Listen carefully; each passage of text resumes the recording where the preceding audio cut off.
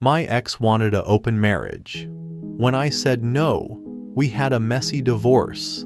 And now, years later, she's trying to destroy my wedding and marriage. A few years ago, I thought I had everything figured out. I was married, settled, and had built what I thought was a solid foundation for my future. Chrissy and I had been together for 3 years, and from the outside, everything looked perfect. We had an apartment, a dog, and routines that felt comforting. My parents loved her, especially my mom, who treated her like a daughter. They'd go out together, have lunch, spend time shopping. I assumed it was normal, that I had found someone who truly fit into my life in every way. Then everything fell apart. Those rose-tinted glasses finally came off. It started when Chrissy sat me down and told me she wanted an open marriage. She made it sound like it was the next logical step for us, like it was something exciting that I should be thrilled about.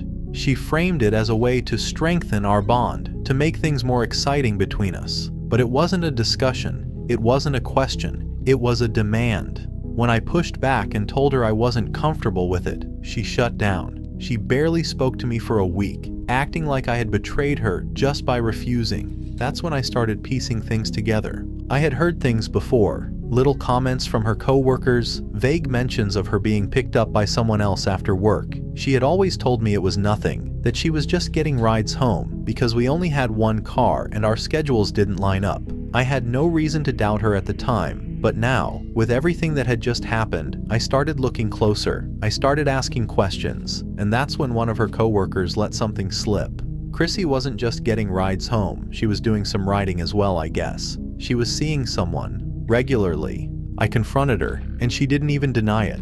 She admitted she had been seeing someone else but refused to call it cheating. She insisted I was being insecure, that I was holding her back, that I didn't understand who she was. She made it sound like I was the problem, that I was the unreasonable one for expecting loyalty in a marriage. And the worst part? My own mother sided with her.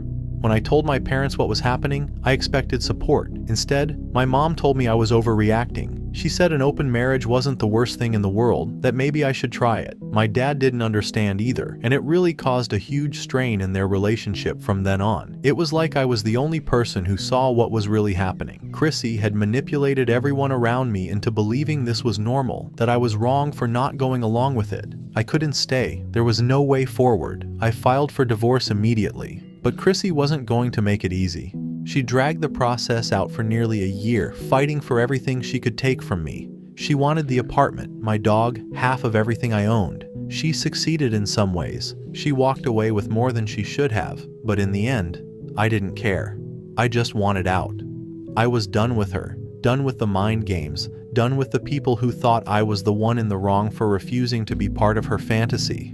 I started distancing myself from my parents. Then a year later, I met Dana. With Dana, everything felt different. It was easy, natural, real. I didn't have to question anything, didn't have to analyze every interaction for hidden motives. She made me feel like myself again. I didn't tell her much about Chrissy at first. I didn't want my past to affect anything in my future, but I couldn't avoid it completely. My family still hadn't let it go. My mother was convinced I had made a mistake by divorcing Chrissy and tried to push me toward making amends. Even after everything that had happened, she still thought I should have tried harder to work things out. I ignored it. I focused on Dana. We took our time. I wasn't in a rush to get married again, but after a year together, it was clear. We wanted a future together. I proposed, and for the first time in a long time, I felt like I was finally going somewhere with my life again. Things got tense once Dana and I got serious. My mom started reaching out constantly, asking about my life, about Dana, about everything. She was suddenly interested in all the things she had ignored when I was going through the worst time of my life. She wanted to know where I was living,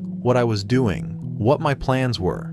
She had stopped asking me anything after I refused to take Chrissy back, but now she was checking in, pretending to care. It didn't take much to figure out what was going on. My siblings had let it slip. They had met Dana. I had introduced her to them, but not to my mother, and my mother hated that. She wouldn't come right out and say it, but I could hear it in the way she spoke. That passive-aggressive way of asking questions, where she already knew the answers but was waiting to catch me in something. Oh, so Dana is serious then? As if she wasn't already aware. You're really thinking about marrying her? As if she hadn't already made up her mind about how she felt. She called more and more, pretending to be casual, acting like she just wanted to catch up, but every conversation ended in the same place. Dana, Chrissy, the past, my future. My mother had never been subtle, but this was something else. The pressure was building, and it was coming from all sides. I told her to back off, to stop making everything about the past, but she didn't listen. She never listened.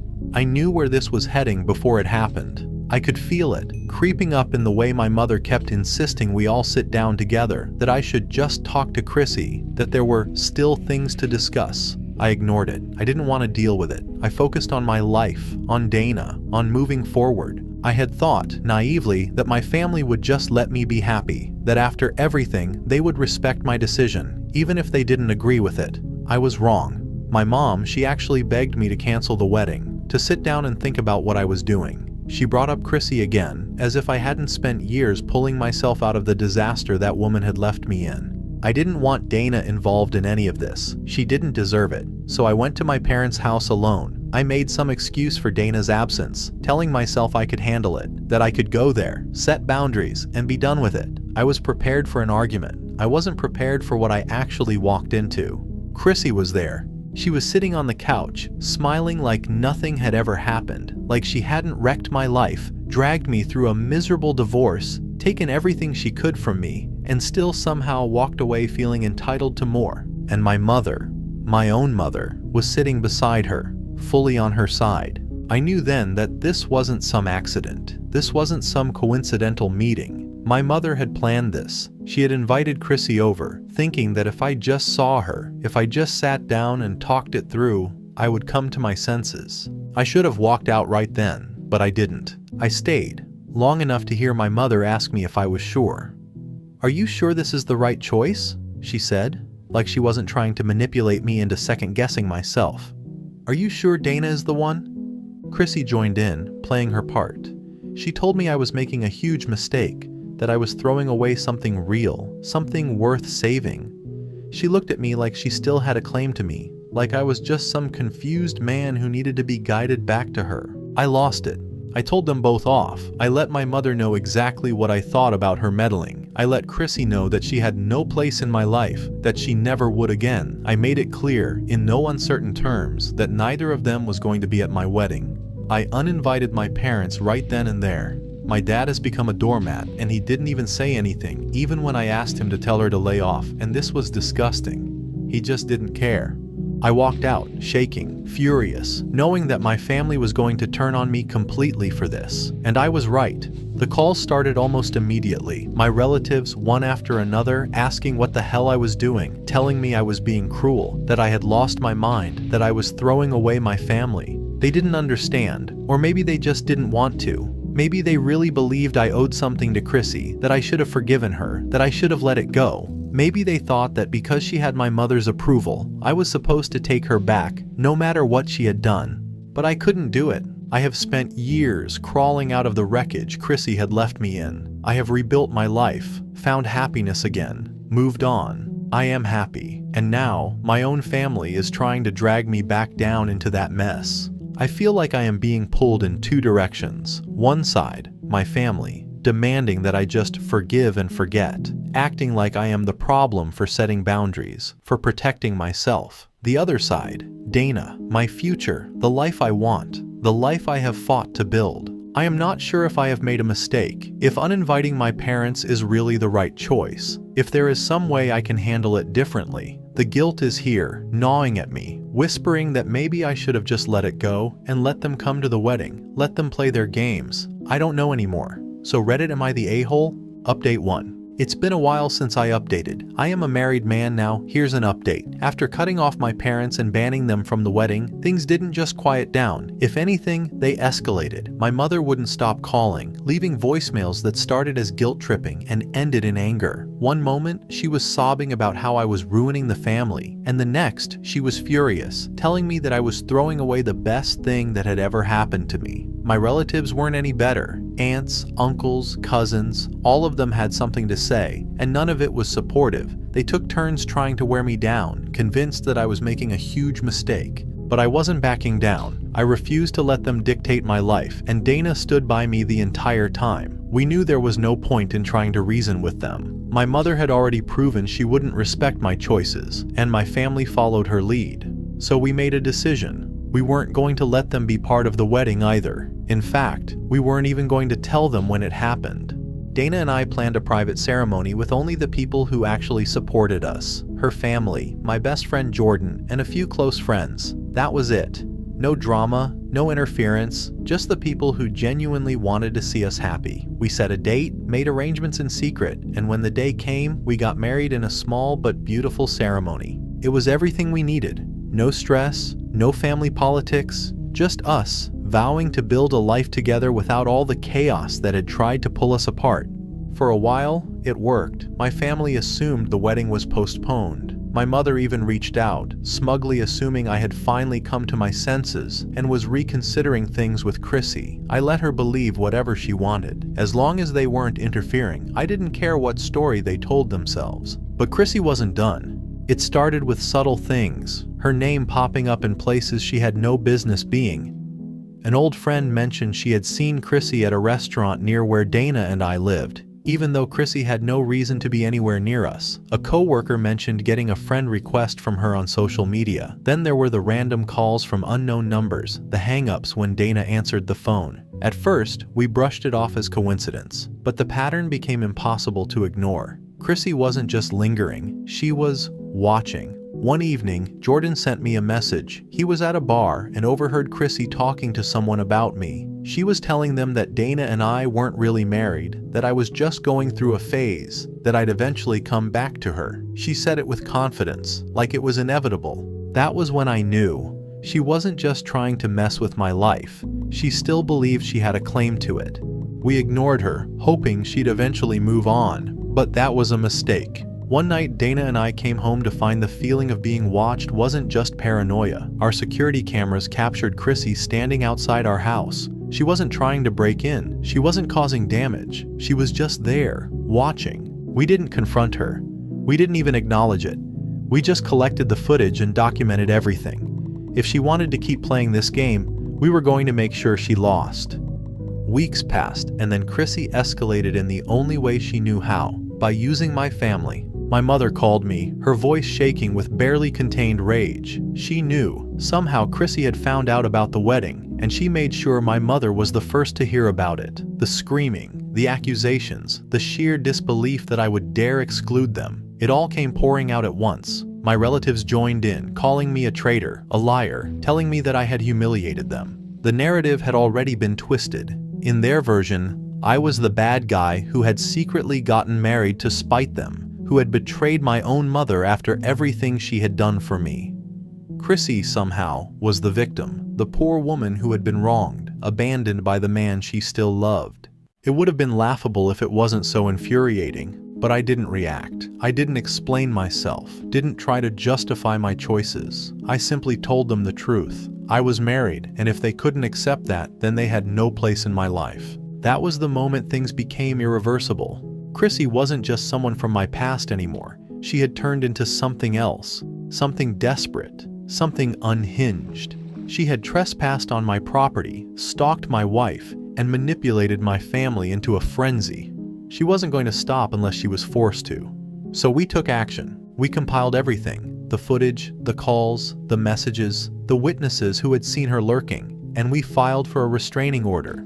It took time, and it wasn't easy. Chrissy tried to play innocent, acting like she was just a concerned ex who wanted to check in. But the evidence was overwhelming. The order was granted, and just like that, she was legally barred from coming near us. But my family, they didn't see it that way. In their eyes, I had taken things too far. I had ruined Chrissy's life. My mother was livid, claiming I had turned into a cold, heartless man who didn't appreciate the people who cared about me. She told me I was the one destroying the family, not Chrissy. I didn't argue. I didn't try to make them see reason. I just told them one final thing. If they chose Chrissy, they were choosing to lose me. Then I hung up, and I haven't spoken to them since. Final update. Well, hello guys. So some things have gone down, and this will be my last update. I knew it was only a matter of time before Chrissy found out. Some people asked for more details on my ex stalking us, so here's it written out and a bit of summary for my last post. Dana and I had done everything quietly, keeping our wedding a secret from my family, but I wasn't naive. Chrissy had been too obsessed, too relentless in trying to drag me back into her world. It wasn't a question of if she would find out. It was when. And when she did, she lost it. At first, it was subtle. I noticed her car parked down the street from our house more than once. I saw glimpses of her in stores where Dana and I shopped, always a few aisles away, never approaching, but always there. I had the nagging feeling of being watched, but I didn't say anything to Dana. I didn't want to ruin the peace we had built. Then, we checked our security cameras. Chrissy had been trespassing on our property. It wasn't just once. There were multiple recordings of her standing outside our home, watching through the windows. She had even followed us when we went out, keeping her distance but making sure we saw her. We had proof. We didn't confront her. We didn't retaliate. We did what any rational person would. We filed for a restraining order. It took time, but it was granted. Chrissy was legally forced to stay away from us. I thought this would be the end of it. I wanted it to be the end of it. But Chrissy had one last move left. She told my family. She painted herself as the victim, claiming that I had secretly abandoned her, that I had been the one to betray our vows, and that I had been the one to throw away everything we had built. And my family? They believed her. The calls started almost immediately. First from my mother, then my siblings, then extended family members I hadn't heard from in years. The messages were all the same. How could you do this to Chrissy? How could you be so cruel? Why didn't you tell us you were getting married? That last one told me everything I needed to know. Chrissy hadn't just told them about our marriage, she had twisted it. She had framed it in a way that made me the villain, and they were eating it up. I ignored them at first, but the pressure didn't stop. My mother left voicemails crying, saying she couldn't believe I would go behind her back like this. My father, who had always been passive in the past, suddenly had an opinion, telling me I had disrespected the family. My aunts and uncles chimed in, shaming me for excluding my real family from my wedding. None of them asked why we had done it the way we did. None of them even considered that Chrissy wasn't the victim here. Then came the final move, a family reunion invitation. It wasn't phrased like an ambush, but I knew better. They said they just wanted to talk, to clear the air, to fix things. And maybe a part of me needed that closure. Maybe I wanted to look them all in the eyes and see if there was anything left to salvage. So I went. Alone. The moment I walked in, I knew I had made the right choice by not bringing Dana. My mother's expression shifted the second she saw me. There was no warmth, no excitement, just tension. She wasted no time. Why didn't you tell us you got married? Straight to the point. No greetings, no catching up. I could feel the weight of every set of eyes in the room, waiting for my answer. I took my time before responding, because I didn't trust any of you. The silence that followed was suffocating. I told them everything. I told them about Chrissy stalking us. I told them about the security footage we had of her lurking outside our home. I told them about the restraining order and how it wasn't something I wanted to do, but something we had to do. And then I told them the part that hit the hardest. I told them that we had kept the wedding a secret because of them, because they had shown, time and time again, that they didn't respect my decisions, because they had proven that they cared more about Chrissy's sob story than my actual happiness, because they had spent years trying to push me back into a toxic relationship rather than accepting that I had moved on. My mother's face was unreadable. My father avoided my gaze. My siblings sat in uncomfortable silence. Then, finally, my mother spoke. "This isn't what we wanted." I almost laughed. "Maybe not, but it's what you did." After I said that, it was more silence. For the first time, I didn't feel angry. I didn't feel hurt. I didn't feel like I had to convince them anymore. Because the truth was, I didn't need their approval. I had spent too long trying to make them see my side, but in the end, it didn't matter. Dana and I were happy, and that was all that mattered. I looked around the room, taking in every expression, every lingering hesitation. Then, I stood up. "I don't need any of you to understand, but I will be respected, and if you can't do that, then this is the last time you'll ever hear from me." I turned and walked out. Not a single person stopped me. That was months ago. Since then, Dana and I have moved forward. The noise from my family has died down, though I still get the occasional message from a relative trying to talk some sense into me. I don't respond. As for Chrissy, She violated the restraining order once and was promptly dealt with by law enforcement. That was the last I heard from her. I don't regret a thing. For the first time in a long time, I am truly free, and I am never looking back.